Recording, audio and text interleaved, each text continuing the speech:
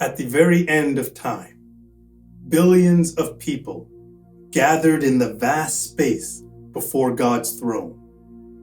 Some shrank back from the brilliant light before them, but many other groups talked heatedly, not cringing in shame, but with belligerence.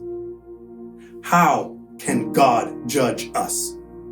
What does he know about suffering? Snapped a gray-haired woman. She tore open her sleeve to reveal the tattooed number from a Nazi concentration camp.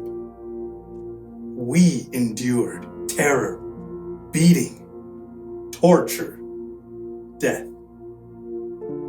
In another group, an African American lowered his collar. What about this? He demanded, revealing an ugly rope burn. Lynched for no crime but being black.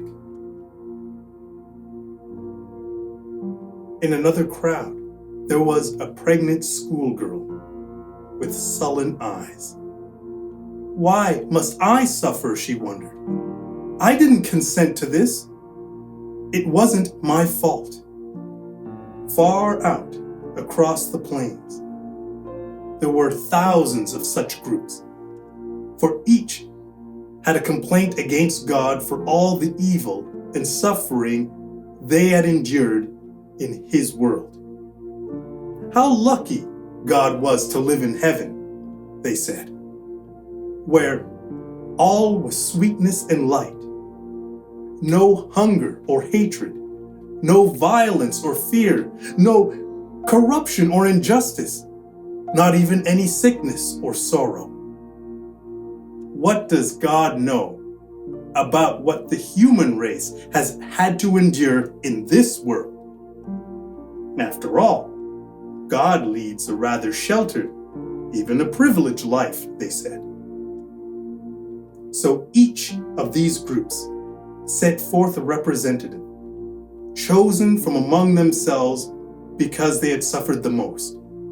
A Jew, a black man, a survivor of Hiroshima, a terribly and horribly deformed arthritic, an AIDS victim, someone who had recently died in a pandemic. In the center of this vast plain, these leaders consulted with each other. And at last, each representative was ready to present their case to God. They declared, before God could be qualified to be our judge, he must endure what we have had to endure. Their decision was that God would be sentenced to live as a human being here on earth. Let him be of a despised race, a Jew, born in poverty-stricken conditions. Let the legitimacy of his birth be questioned. As a child, let him be forced to flee as a refugee and spend several years as an undocumented alien in a foreign country.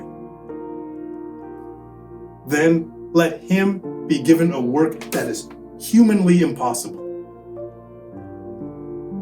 Let him be betrayed by his closest colleague into the very hands of those who hate him. Let him face false charges, fake news. Let him be tried by a biased jury and convicted by a cowardly judge, all in the name of keeping the peace.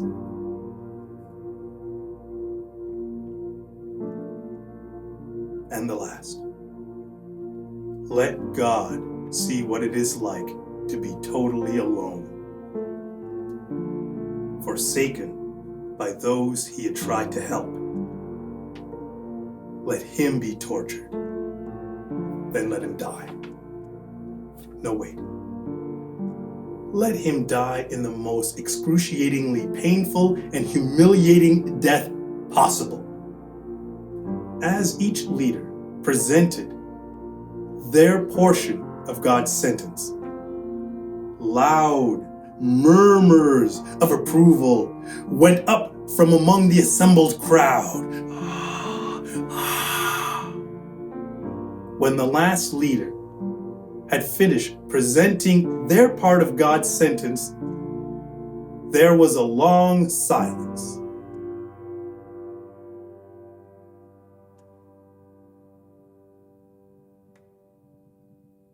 No one uttered a word.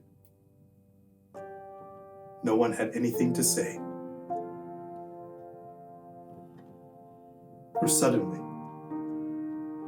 everybody knew